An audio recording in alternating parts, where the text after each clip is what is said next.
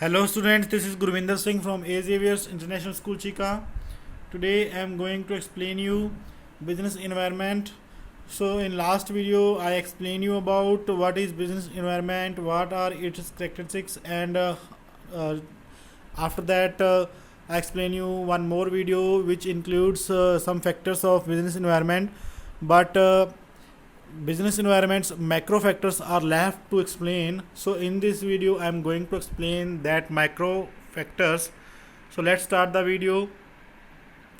First of all, what are the macro environments dimensions, what are its basic elements. So number 1 पे है हमारे पास economic environment, number 2 पे social environment, number 3 पे technological environment, number 4 पे political environment और number 5 पे legal environment. तो ये सारे के सारे इन्वायरमेंट्स के बारे में जानेंगे और ये किस तरीके से बिजनेस को प्रभावित करते हैं, इन्फ्लुएंस करते हैं, उसके बारे में भी जानेंगे. सो नंबर 1 पे हमारे पास आता है economic environment. So economic environment consist of क्या क्या चीज़ें होती हैं इकोनॉमिक इन्वायरमेंट के अंदर. इकोनॉमिक सिस्टम होता है, इकोनॉमिक पॉलिसी होती हैं और इकोनॉमिक कंडीशंस होती हैं. सो ये तीनों चीज़ों से मिलाकर के बनता है इकोनॉमिक इन्वायरमेंट.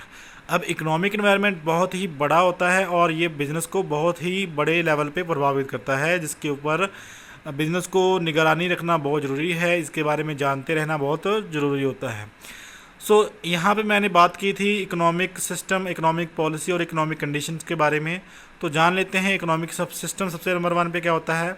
हाँ जी, इकोनॉमिक सिस्टम क्या है कि जो जितनी भी कंट्रीज़ हैं हमारे पूरे वर्ल्ड के अंदर, तो उनका अपना एक इकोनॉमिक सिस्टम है, जिस इकोनॉमिक सिस्टम के अंदर सारे बिजनेस वर्क करते हैं. जैसे कि सोशलिस्टिक इकोनॉमिक सिस्टम हो सकता है, कैपिटलिस्टिक हो सकता है और मिक्स्ड इकोनॉमिक सिस्टम होता है. तो जो इंडिया का है वो मिक्स्ड इकोनॉमिक सिस्टम है. तो तीनों के बारे में जान लेते हैं कि ये क्या क्या खासियत है तीनों सिस्टम्स के बारे में. नंबर 1 पे है socialistic economic system. Socialistic economic system वो सिस्टम होता है जहाँ पे कोई भी जो बिज़नेस है वो अपनी मर्ज़ी से कुछ नहीं कर सकता. यानी कि गवर्नमेंट जो होती है उसकी डायरेक्शंस के अकॉर्डिंग ही बिज़नेस चलते हैं, उनकी मर्ज़ी से ही कहीं पे इन्वेस्टमेंट होती है. यानी कि पूरा का पूरा जो रोल है वो गवर्नमेंट अदा करती है. किसको कितनी इनकम मिलेगी, किसके बारे में क्या सोचना है, कौन बिज़नेस लगा सकता है, कौन नहीं लगा सकता, ये सारे जो पावर्स हैं ये गवर्नमेंट के पास होती हैं अगर किसी कंट्री का सोशलिस्टिक इकोनॉमिक सिस्टम होता है तो. सो आपको समझ में आ गया होगा कि जहाँ पे गवर्नमेंट का पूरे तरीके से पाबंदी होती है बिजनेसेस के ऊपर, वो गवर्नमेंट ही सोचती है कि कौन बिज़नेस कहाँ पे करेगा या किस तरीके की इनकम जो है, कितना प्रॉफिट जो है कोई बिज़नेस कमा सकता है. तो ये सारा इकोनॉमिक सिस्टम के अंदर सोशलिस्टिक इकोनॉमिक सिस्टम कहलाता है. अब दूसरे नंबर पे बात कर लेते हैं कैपिटलिस्टिक इकोनॉमिक सिस्टम की. अब कैपिटलिस्टिक इकोनॉमिक सिस्टम सोशलिस्टिक से बिल्कुल उल्टा होता है. कैपिटलिस्ट के अंदर जितने भी लोग होते हैं, अब वो उनकी मर्ज़ी है, किसी भी कंट्री के सभी लोगों की मर्ज़ी है कि वो कितना जो है अपना बिजनेस चला सकते हैं, कितना प्रॉफिट कमा सकते हैं. ठीक है, पूरी फ्रीडम जो है बिजनेस को होती है. सोशलिस्टिक के अंदर बिल्कुल भी फ्रीडम बिजनेस को नहीं होती, जबकि कैपिटलिस्ट के अंदर पूरी बिजनेस को फ्रीडम होती है. गवर्नमेंट का बिल्कुल भी कंट्रोल कैपिटलिस्टिक इकोनॉमी के अंदर नहीं होता है. सो तीसरा है हमारा मिक्स्ड इकोनॉमिक सिस्टम, जो कि इंडिया के अंदर है. सो मिक्स्ड इकोनॉमी के अंदर क्या होगा कि दोनों का मिक्सअप होगा, यहाँ पे गवर्नमेंट का कंट्रोल भी है और साथ के साथ कोई भी व्यक्ति अपनी मर्ज़ी से बिजनेस को कर भी सकता है. ठीक है, तो अगर इन तीनों टाइप का कोई इकोनॉमिक सिस्टम किसी कंट्री में है तो वो बिज़नेस को प्रभावित करेगा. अगर मान लो सोशलिस्टिक है तो गवर्नमेंट के इंटरवेंशन के कारण बिज़नेस अच्छे से चल नहीं पाएगा. अगर वो कैपिटलिस्टिक है तो बिजनेसेस जो हैं वो अपनी मर्ज़ी से किसी भी प्राइस को तय करेंगे, उनके ऊपर कंट्रोल नहीं है. तो जाहिर सी बात है कि जो कंपटीशन बढ़ जाएगा, बहुत ज़्यादा कंपटीशन होने के कारण कई बार प्राइसेस बढ़ भी जाते हैं बहुत ज़्यादा और कई बार वो कम भी हो जाते हैं, कई बार बिज़नेस ठप भी हो जाते हैं. सो अपने अपने जो कंट्री है उनका इकोनॉमिक सिस्टम अलग अलग हो सकता है और वो इकोनॉमिक सिस्टम किसी भी बिज़नेस को प्रभावित कर सकता है. नंबर 2 पे हम बात करते हैं इकोनॉमिक पॉलिसीज़ के बारे में. अब इकोनॉमिक पॉलिसीज़ क्या होती हैं. पॉलिसी होती है कि भाई गवर्नमेंट ने क्या क्या पॉलिसी किस चीज़ को लेने देने के लिए बनाई है, बिज़नेस को करने के लिए कौन कौन सी पॉलिसी बनाई है. जैसे कि इंपोर्ट एक्सपोर्ट पॉलिसी हो गया, टैक्सेशन पॉलिसी हो गया, ठीक है, इंडस्ट्रियल पॉलिसी हो गया. ये पॉलिसीज़ के अंदर रूल्स और रेगुलेशंस होते हैं जो किसी पर्टिकुलर टाइप के बिज़नेस को चलाने के लिए गाइडेंस प्रोवाइड करते हैं, या फिर कह लो कि उनके ऊपर एक रिस्ट्रिक्शन होती है कि वो अपनी बाउंड्रीज़ को क्रॉस नहीं कर सकते हैं। ठीक है, हम इकोनॉमिक सिस्टम के बाद, इकोनॉमिक पॉलिसीज़ के बाद अब लास्ट में आता है इकोनॉमिक कंडीशंस। सो कंडीशंस में क्या आता है, जहाँ पे नेशनल इनकम क्या है हमारी कंट्री की, है ना। कंडीशन में मतलब कि हालात क्या हैं किसी कंट्री के। नेशनल इनकम क्या है, अब नेशनल इनकम क्यों ज़रूरी है, कैसे प्रभावित करेगी। देखिए बेटा, अगर किसी कंट्री के अंदर नेशनल इनकम जो है वो बहुत ज़्यादा है, बड़ी मात्रा में है, तो इसका मतलब वो डेवलप्ड कंट्री है। और डेवलप्ड कंट्री है तो दैट मीन्स परचेजिंग पावर लोगों के हाथों में ज़्यादा है, और कोई भी व्यक्ति जो हायर प्राइस की रेट गुड्स हैं उनको ख़रीद सकता है। सो ऐसे में नेशनल इनकम हो गया या जनरल प्राइस लेवल्स हो गए, वो उसी तरीके से डिसाइड होंगे जिस तरीके से वहाँ की कंडीशंस की होंगी। तो यहाँ पे 3 तरीके की चीज़ें मौजूद होती हैं इकोनॉमिक इन्वायरमेंट के अंदर, जिसमें सिस्टम है, पॉलिसीज़ हैं और कंडीशंस हैं। तीनों को मिलाकर के आपका बनता है इकोनॉमिक इन्वायरमेंट। अब जान लेते हैं इसके इम्पैक्ट के बारे में कि इसका क्या इम्पैक्ट है इकोनॉमिक इन्वायरमेंट का बिजनेसेस के ऊपर। A decrease in the bank interest rate significantly increase the demand of goods and vice versa। सो यहाँ पे जो बात की गई है बैंक इंटरेस्ट रेट की, तो ये पॉलिसीज़ की बात की गई है। पॉलिसीज़ कौन डिसाइड करता है, गवर्नमेंट डिसाइड करती है। सो अगर interest rates, sorry economic conditions की, तो यहाँ पे इंटरेस्ट रेट अगर ज़्यादा है तो वहाँ पे लोगों को लोन कम मिलेंगे, लेकिन अगर इंटरेस्ट रेट कम है सो कोई भी जो लोन है वो बंदा ले सकता है। अगर इंटरेस्ट रेट कम है, सस्ते में लोन मिल रहा है, तो कोई भी बंदा लोन ले सकता है। और लोन लेकर के अगर कोई पैसा लेता है तो वो क्या करेगा, कुछ चीज़ों को ख़रीदेगा। सो ऐसे में मार्केट के अंदर क्या होगा, डिमांड बढ़ जाएगा गुड्स का, है ना। सो इसका मतलब ये हुआ कि किसी इकोनॉमिक कंडीशन की वजह से जिसमें रेट ऑफ इंटरेस्ट शामिल है, उसकी वजह से क्या हो गया, इंटरेस्ट रेट कम होने की वजह से डिमांड मार्केट के अंदर बढ़ गई। अगर डिमांड बढ़ेगी तो ज़्यादा गुड्स प्रोड्यूस करनी पड़ेगी बिजनेसेस को। ठीक है, नेक्स्ट जान लेते हैं rise in the income of people leads to increase in the demand of goods. So अगर लोगों की इनकम जो है, जो कि इकोनॉमिक कंडीशन में आती है, लोगों की जो इनकम है वो अगर बढ़ जाती है तो डिमांड भी गुड्स की बढ़ जाएगी, क्योंकि लोगों के हाथ में अगर पैसा होगा तो वो गुड्स की डिमांड ही करेंगे। नंबर 3 पे है high level of inflation rate increase the cost of business. So अगर महंगाई बहुत ज़्यादा है तो बिज़नेस की कॉस्ट भी बढ़ जाएगी। अब महंगाई ज़्यादा है तो इसका मतलब ये हुआ कि बिल्डिंग बनाने के लिए, लैंड लेने के लिए या मशीनरी लेने के लिए आपको ज़्यादा पैसा खर्च करना पड़ेगा, है ना। तो ज़्यादा पैसा खर्च करना पड़ेगा तो बिज़नेस को लगाने की, एस्टेब्लिश करने की कॉस्ट क्या हो जाएगी, बढ़ जाएगी। अब हर कोई आम इंसान जिसके हाथ में पैसा कम है तो वो बिज़नेस को एस्टेब्लिश नहीं कर पाएगा, तो इस तरीके से बिज़नेस प्रभावित होता है। तो ये तो थे इकोनॉमिक इन्वायरमेंट के फैक्टर्स, जिन फैक्टर्स की वजह से, जैसे मैंने आपको बताया कि कुछ इम्पैक्ट्स आप वो डालते हैं, बिज़नेस प्रभावित होता है। नेक्स्ट है हमारे पास social environment. So social environment क्या होता है, social environment consist of social forces like traditions, values, social trends, fashion, wishes, hopes.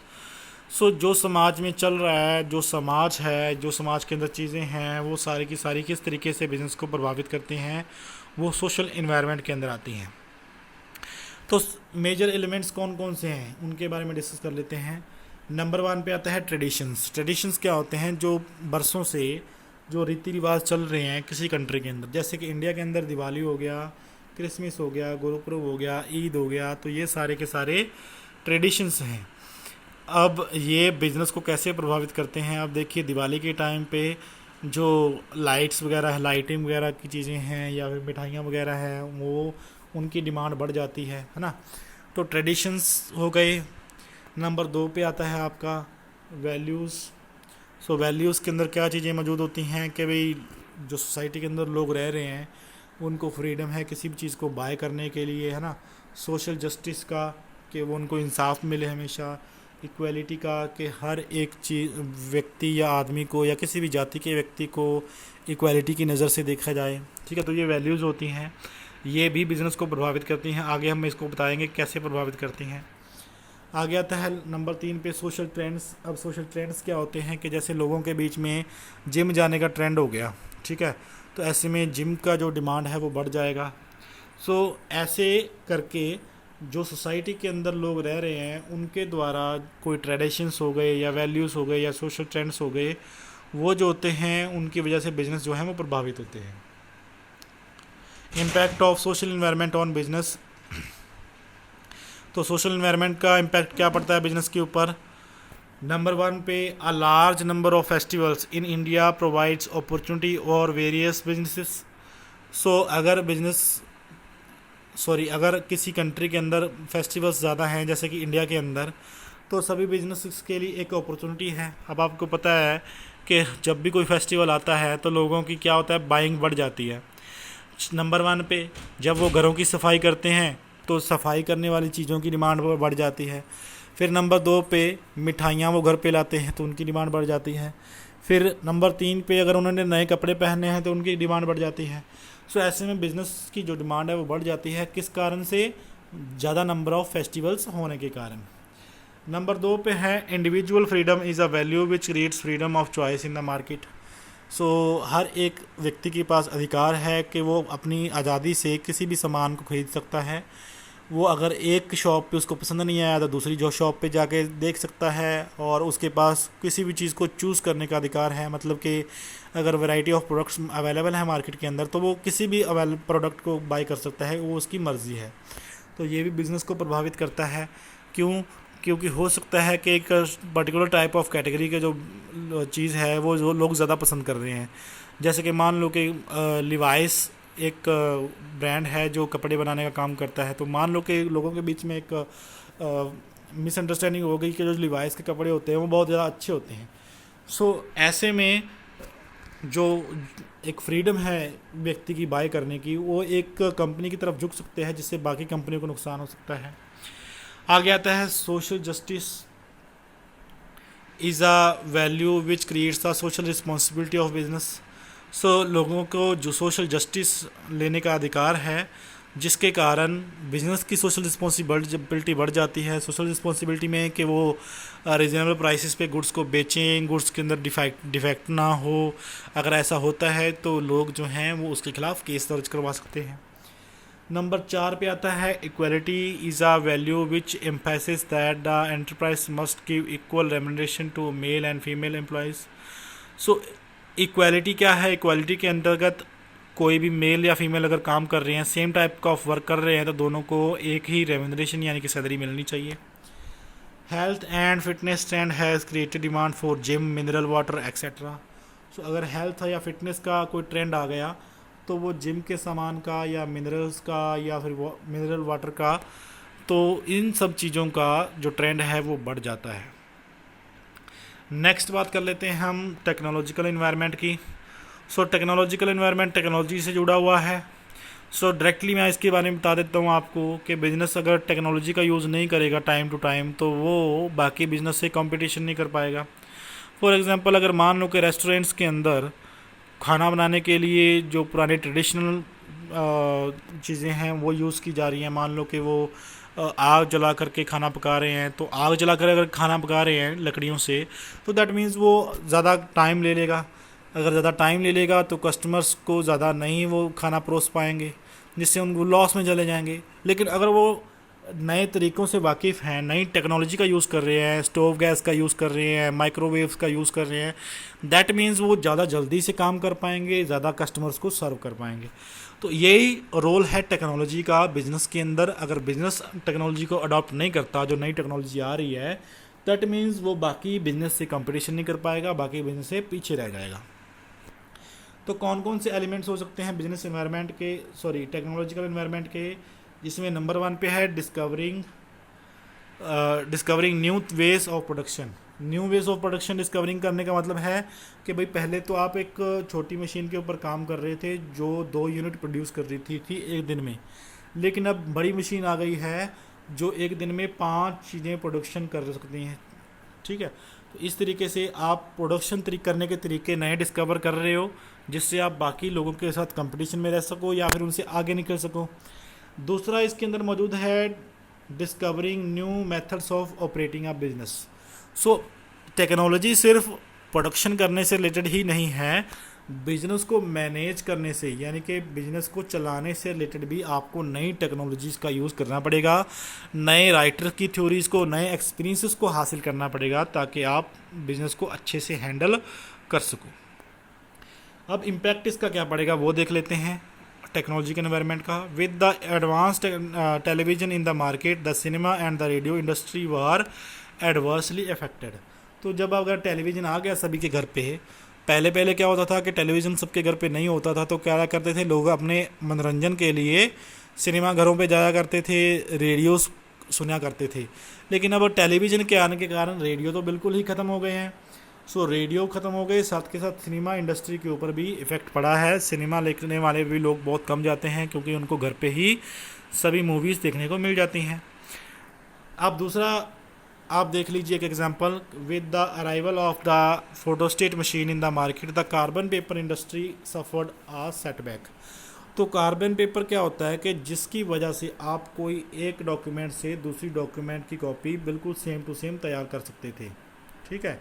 तो कार्बन कॉपी आज भी काफ़ी टाइम यूज़ में आती है। जो ब्लू कलर का एक पेपर होता है, ब्लू कलर का पेपर जो एक कार्बन कॉपी बनाने में हेल्प करता है, यानी कि एक नकली कॉपी बनाने में आपको हेल्प करता है। सो अगर फोटोस्टेट मशीन आपके पास हैं, अगर मार्केट के अंदर आपके पास फोटोस्टेट मशीन अवेलेबल है, तो आप कार्बन पेपर का क्या करोगे? कार्बन पेपर की आपको ज़रूरत ही नहीं पड़ेगी फोटोस्टेट मशीन होने के कारण, जो कॉपी करती है मशीन। सो इस तरीके से कार्बन पेपर की जो इंडस्ट्री है वो क्या हो गई, सेटबैक होगी, सफ़र, उसको लॉस झेलने पड़े। अगला इसका एग्जांपल है, with the entry of synthetic thread in the market, the cotton cloth industry was badly affected.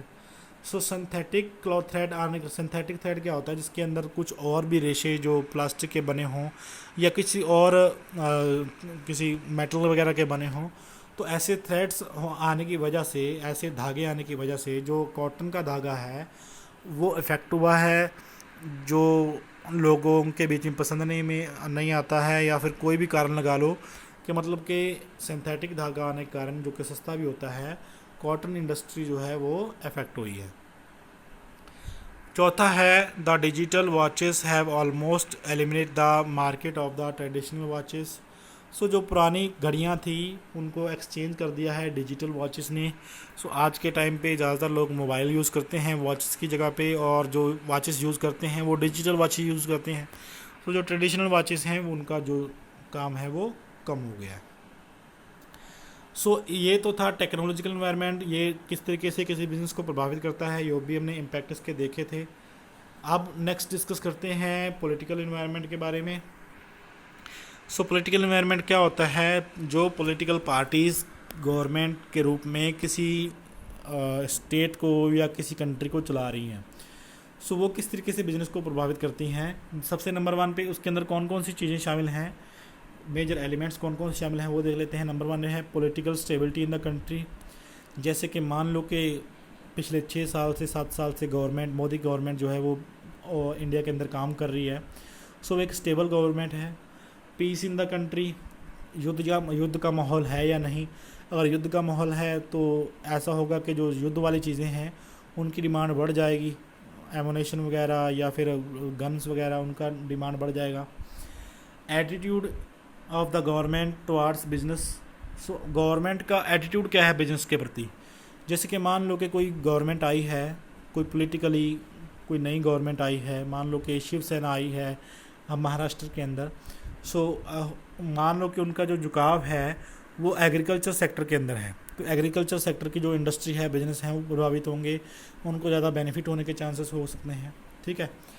Number 4 पे है टाइप ऑफ गवर्नमेंट, कि वो सिंगल पार्टी है या मल्टी पार्टी है।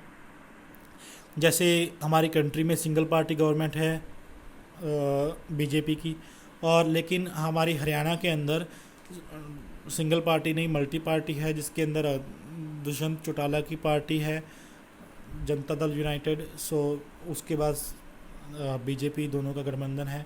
तो टाइप ऑफ गवर्नमेंट भी डिसाइड करता है कि किसी पर्टिकुलर एरिया के अंदर पॉलिटिकल एनवायरनमेंट किस तरीके का है ना। अगर वो एक सिंगल पार्टी गवर्नमेंट है तो वो अपनी मर्ज़ी से काम करेगी, मर्ज़ी से अपनी पॉलिसीज़ बनाएगी बिजनेस के लिए। और अगर वो मल्टी पार्टी है तो वो दूसरी पार्टी को साथ में लेकर के चलना होगा। नंबर 4 पे है ideologies of various political parties. Ideology का मतलब होता है कि उनकी थिंकिंग किस तरीके की है, आइडियोलॉजी वो किस तरीके से सोचते हैं वेरियस पॉलिटिकल पार्टीज़। सो अगर वो सोचते हैं कि जो गवर्नमेंट जो एग्रीकल्चर सेक्टर है यहाँ से कोई ज़्यादा प्रॉफिट नहीं हो सकता, बिज़नेस आगे नहीं चल सकते हैं, तो वो उनकी थिंकिंग की वजह से जो एग्रीकल्चर है सेक्टर है वहाँ की पॉलिसीज़ बहुत ज़्यादा कठोर बन जाएंगी, बिज़नेस करना मुश्किल हो जाएगा, एग्रीकल्चर करना मुश्किल हो जाएगा। तो ये मेजर एलिमेंट्स हैं जो किसी भी पॉलिटिकल इन्वायरमेंट के अंदर होते हैं।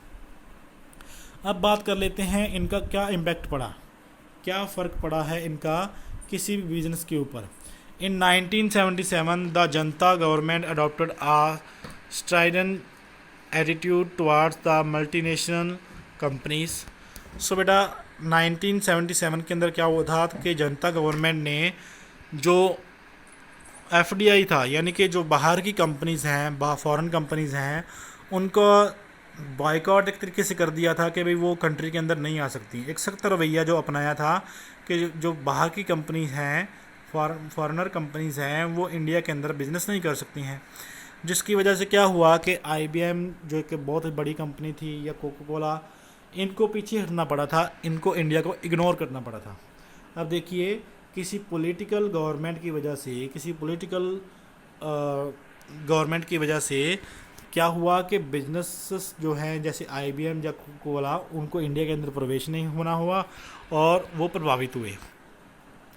दूसरा है जब गवर्नमेंट नई बदल गई, चेंज हो गई, उसके बाद 1977 के बाद चेंज हो गई गवर्नमेंट, तो उन्होंने एफडीआई लाया। एफडीआई के मतलब फॉरेन डायरेक्ट इन्वेस्टमेंट, कोई भी कंपनी इंडिया के अंदर बिजनेस कर सकती है। तो उस टाइम पे कोका कोला और जो आईबीएम है उन्होंने इंडिया के अंदर प्रवेश किया, उन्होंने अपना बिजनेस चलाना शुरू कर दिया। अब देखिए जब पॉलिटिकली गवर्नमेंट चेंज हुई तो क्या हो गया, अब बिजनेस बाहर के जो बिजनेस हैं, फॉरेनर बिजनेस हैं, उन्होंने इंडिया के अंदर प्रवेश करना शुरू कर दिया और बिजनेस करना शुरू कर दिया। तीसरा है कि हैदराबाद को जानबूझ करके क्या नाम दे दिया गया, साइबराबाद। पॉलिटिकली ये नाम दिया गया था, हैदराबाद को साइबराबाद कहने लग गए। इसका मोटिव क्या था कि वहाँ पे जो आईटी इंडस्ट्री है वो प्रफुल्लित हो, साइबराबाद इसलिए कहने लग गए। तो जिसके रिज़ल्ट से वहाँ पे टेक्नोलॉजी बढ़ गई और बहुत सारी आईटीज़ कंपनी जो हैं वहाँ पे आना शुरू कर दिया। तो ये इफ़ेक्ट होता है पॉलिटिकली किसी भी बिजनेस के ऊपर, ठीक है। नेक्स्ट हम देख लेते हैं लीगल एनवायरनमेंट। सो लीगल एनवायरनमेंट क्या है, लीगल एनवायरनमेंट जिसके अंदर पॉलिसीज़ होती हैं गवर्नमेंट की, जो गवर्नमेंट ने पॉलिसी बना रखी हैं, या फिर जो संविधान जैसे इंडिया का कॉन्स्टिट्यूशन है वहाँ पे क्या क्या पॉलिसीज़ लिख रखी हैं। ये पॉलिसी किसी बिज़नेस को करने के लिए हो सकती हैं, इंपोर्ट एक्सपोर्ट करने के लिए हो सकती हैं। तो इनके मेजर एलिमेंट्स कौन से हैं वो डिस्कस कर लेते हैं। नंबर 1 पे है the act of legislation passed by the government. So government ने जो भी एक्ट पास किए हैं या फिर लेजिस्लेशंस पास किए हैं वो लीगल एनवायरनमेंट के अंदर आते हैं। Decision taken by various commissions and agencies. So agency या कमीशंस ये कब बैठते हैं, जब कोई पर्टिकुलर टाइप की इंडस्ट्री के बीच में कोई मतभेद आ जाता है या कोई लड़ाई वाली सिचुएशन बन जाती है, या फिर मान लो कि एक पर्टिकुलर पाइप इंडस्ट्री है, मान लो वो पाइप बनाने का काम कर रहे हैं, तो वहाँ पे कोई रूल की वजह से, गवर्नमेंट के रूल की वजह से उनको लॉस झेलना पड़ गया, तो उन्होंने कमीशन बिठा दिया कि भाई इनको किस तरीके का कोई लॉस हो गया है, तो वो लॉस किसकी वजह से हुआ है उसको जानने के लिए। तो जो कमीशन ने वहाँ पे निकाला, फाइंड किया कि क्या हुआ क्या नहीं हुआ, सो वो डिसीजन जो उनके होते हैं वो लीगल एनवायरनमेंट के अंदर मौजूद होते हैं। द जजमेंट ऑफ कोर्ट्स, और जो कोर्ट्स के द्वारा जजमेंट दी जाती है वो इसके अंदर मौजूद होती है। अब जान लेते हैं कि इसका इम्पैक्ट क्या पड़ता है लीगल एनवायरनमेंट का। By removing control on the capital market. So पहले क्या होता था, कैपिटल मार्केट ऊपर बहुत ज़्यादा कंट्रोल होता था। कैपिटल मार्केट क्या है, जो शेयर्स को कंट्रोल करती है, मतलब जो buying and selling of shares हैं उसको कंट्रोल करती है, या उसको वहाँ पे बाइंग एंड सेलिंग होती है, ठीक है। सो कैपिटल मार्केट के ऊपर बहुत ज़्यादा कंट्रोल था गवर्नमेंट का। अगर कंट्रोल होगा तो दैट मीन्स कोई भी आम इंसान जो है वो शेयर्स की बाइंग एंड सेलिंग नहीं कर सकता। जब से रिमूव हो गया कंट्रोल कैपिटल मार्केट के ऊपर से, सो बहुत बड़ी मात्रा में जो कैपिटल है वो इकट्ठी की गई प्राइमरी मार्केट के अंदर, यानी कि नए शेयर जो हैं वो बहुत ज़्यादा इशू किए गए। नंबर 2 है with introduction of relaxation of foreign direct investment and foreign exchange many multinational company enter the Indian market. तो जैसे हमने आपको बताया पहले, एक पॉलिटिकल एनवायरनमेंट के अंदर भी पॉलिटिकल पार्टीज़ ने ये डिसाइड किया कि एफडीआई आएगा, वो पॉलिटिकल एनवायरनमेंट था। लेकिन जो एफडीआई है ये अपने आप में रूल्स हैं, रेगुलेशंस हैं, या फिर कह लो ये कानून है, लीगल है ये। सो फॉरेन डायरेक्ट इन्वेस्टमेंट आने की वजह से क्या होगा, कंपनियां जो है इंडिया के अंदर आना शुरू कर गई, बिजनेस उन्होंने करना शुरू कर दिया, जिससे इंडियन मार्केट जो है वो और ज़्यादा प्रफुल्लित हुई। तो ये थे कुछ टाइप्स ऑफ बिजनेस इन्वायरमेंट, जैसे कि नंबर 1 पे हमने डिस्कस किया था इकोनॉमिक इन्वायरमेंट, नंबर 2 पे था हमारे पास सोशल इन्वायरमेंट, नंबर 3 पे था टेक्नोलॉजिकल, नंबर 4 पे था पॉलिटिकल, और नंबर 5 पे हमने डिस्कस किया है लीगल इन्वायरमेंट। ये 5 तरीके की डायमेंशंस होती हैं। ये मैक्रो होती हैं। माइक्रो हमने लास्ट वीडियो के अंदर डिस्कस कर किया था, और एक इंटरनल जो बिजनेस इन्वायरमेंट होता है उसके बारे में भी हमने इसके अंदर डिस्कस किया था। तो नेक्स्ट वीडियो के अंदर हम आपको बताएंगे कि डीमोनेटाइजेशन क्या होता है। डीमोनेटाइजेशन के बारे में आप जानते ही हो कि जो अभी अभी थोड़ा टाइम पहले 2016 के अंदर मोदी गवर्नमेंट ने नोटबंदी कर दी थी, वो उसके बारे में डिस्कस करेंगे नेक्स्ट वीडियो के अंदर।